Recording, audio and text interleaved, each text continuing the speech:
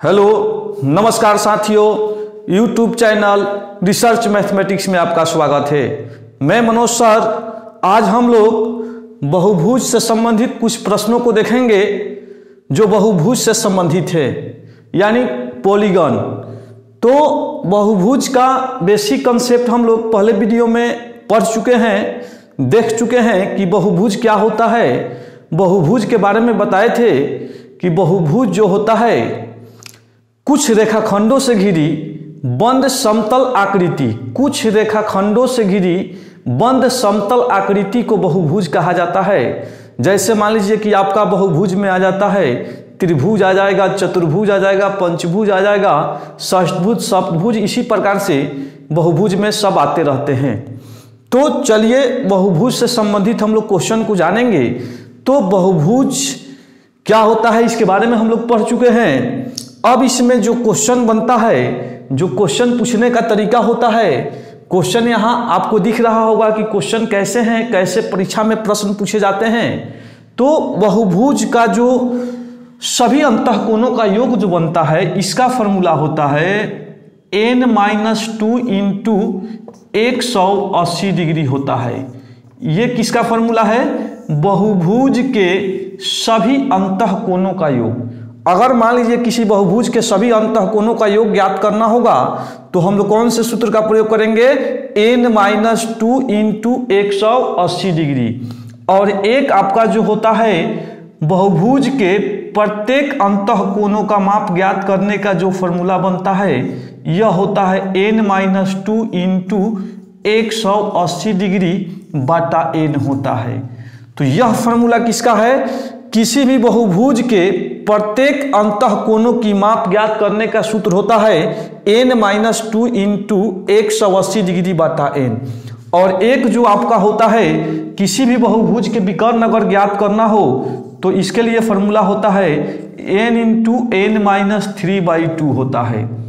यह होता है, यानी किसी भी बहुभुज का अगर विकर्ण पता करना होगा तो हम लोग इस सूत्र के माध्यम से आसानी से उसका विकर्ण पता कर सकते हैं। और एक इसमें कंडीशन बनता है कि बाह्य कोण और अंतःकोण, यानी किसी भी बहुभुज में बाह्य कोण और अंतःकोणों का जो योग होता है, अंतःकोण प्लस बाह्य कोण, अंतःकोण प्लस बाह्य कोणों का जो योग होता है, ये आपका होता है 180 डिग्री। किसी भी बहुभुज में अंतःकोण प्लस बाह्य कोणों का जो योग होता है, यह कितने के बराबर होता है? 180 डिग्री के बराबर होता है। और एक होता है किसी भी बहुभुज में प्रत्येक बाह्य कोणों का माप। तो इसका जो फॉर्मूला होता है, प्रत्येक बाह्य कोणों का माप अगर ज्ञात करना होगा तो इसमें होता है 360 डिग्री बटा n। तो यह एक फॉर्मूला होता है। किसी भी बहुभुज के प्रत्येक बाह्य कोणों का माप अगर ज्ञात करना होगा तो हम लोग 360 डिग्री बटा n यानी इस सूत्र के माध्यम से ज्ञात कर सकते हैं। तो चलिए अब क्वेश्चन पे चलते हैं, क्वेश्चन को देखते हैं। क्वेश्चन क्या दिया हुआ है, अब इसी फॉर्मूला के माध्यम से हम लोग सभी प्रश्नों को हल करेंगे जो प्रश्न दिए गए हैं। तो गौर कीजिएगा, यहाँ जो प्रश्न दिए गए हैं, पहला प्रश्न जो दिया है, ध्यान दीजिएगा, पहला प्रश्न क्या दिया है? पहला प्रश्न जो दिया है, एक समबाहु षष्ठभुज के सभी अंतःकोणों का योग कितना होगा? एक समबाहु षष्ठभुज के सभी अंतःकोणों का योग। पहला प्रश्न, एक समबाहु षष्ठभुज के सभी अंतःकोणों का योग ज्ञात करना है। तो अभी बताए थे कि किसी भी बहुभुज के लिए सभी अंतःकोणों का योग का जो फॉर्मूला होता है, यह होता है n-2 इंटू 180 डिग्री। n जो यहाँ है यह भुजाओं की संख्या को सूचित करता है, n जो है भुजाओं की संख्या को प्रदर्शित करता है। तो यहाँ कौन बहुभुज है? यहाँ पर षष्ठभुज है। तो षष्ठभुज में कौ गो भुजा होता है? 6 गो। चतुर्भुज में 4 गो, पंचभुज में 5 गो। जितना कहेगा उतना उसका भुजा होता है। तो 6 यहाँ पर रखिएगा तो 6 - 2 हो जाएगा, अगुने 180 डिग्री हो जाएगा। अब इसमें से घटाइएगा तो कितना होगा? 4 होगा। और उसके बाद 180 डिग्री इसको गुना कीजिएगा, 18 चौक 72, यानी हम कह सकते हैं इस प्रश्न का उत्तर कितना होगा? 720 डिग्री होगा। तो एक समबाहु षष्ठभुज के सभी अंतःकोणों का योग कितना होता है? 720 डिग्री होगा। दूसरे प्रश्न पर चलते हैं। दूसरा प्रश्न क्या दिया है, गौर कीजिएगा। दूसरा प्रश्न है, एक समबाहु बहुभुज के प्रत्येक बाहें कोनों 40 डिग्री हैं, इस बहुभुज के भुजाओं की संख्या क्या होगा। तो किसी भी समबाहु बहुभुज के प्रत्येक बाह कोण का जो फॉर्मूला हम बताए थे, यह बताए थे 360 डिग्री बटा n, 360 डिग्री बटा n, यानी तो इसका मान कितना दिया है 40 डिग्री। गौर कीजिएगा, यह भाग में आ जाएगा तो 360 डिग्री बटा कितना हो जाएगा 40 डिग्री अब बराबर n। तो 40 से कटाइएगा 360 को तो कितना बार में कटेगा 9 बार में, 4 9 36, यानी हम कह सकते हैं इसके भुजाओं की संख्या का मान कितना होगा 9 होगा। तो इस प्रश्न का आंसर कितना होगा 9 होगा। अगले प्रश्न की ओर चलते हैं। अगला प्रश्न क्या दिया है, गौर कीजिएगा। अगला प्रश्न है 3 नंबर इसमें कि एक समबाहु बहुभुज के सभी अंतःकोणों का योग 1080 डिग्री है, तो इस बहुभुज की भुजाओं की संख्या ज्ञात करें।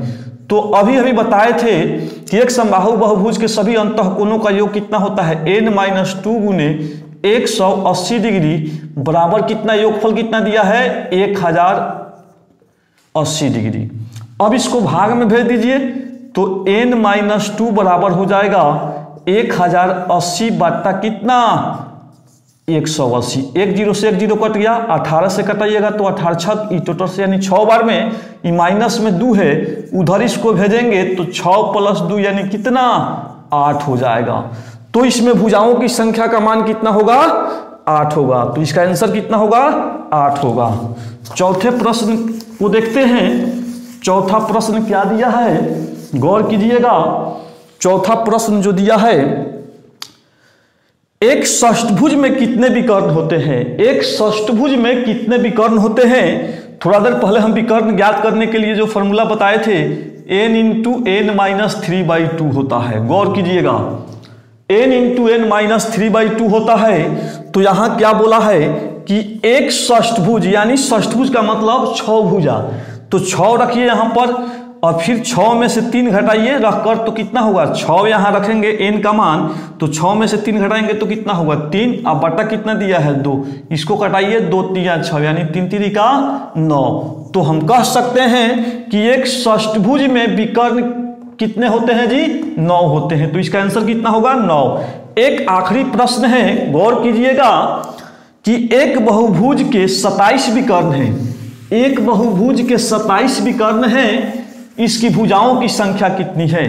तो गौर कीजिएगा, अभी बताए थे विकर्ण का फॉर्मूला n × n-3/2 अब बराबर कितना 27। गौर कीजिएगा, इसके नीचे एक छुपा है, गुना कर लीजिए तो n² - 3n, 27 दूना कितना हो जाएगा 54, 1 से मल्टीप्लाई कीजिएगा फिर यही आएगा n² - 3n, अब माइनस कितना हो जाएगा 54 बराबर कितना 0। गौर कीजिएगा, अब इसका फैक्टर तोड़ेंगे, गुणनखंड तोड़ेंगे तो n² 9 और 6 से टूटेगा 9n + 6n, अब माइनस कितना 54 बराबर 0 हो जाएगा। तो इसमें इसका गुणनखंड बन रहा है तो n कॉमन लीजिएगा तो n × n-9 होगा, प्लस 6 कॉमन लीजिएगा तो n-9 होगा बराबर 0। तो एक बार हो जाएगा n + 6 × n-9 बराबर कितना 0।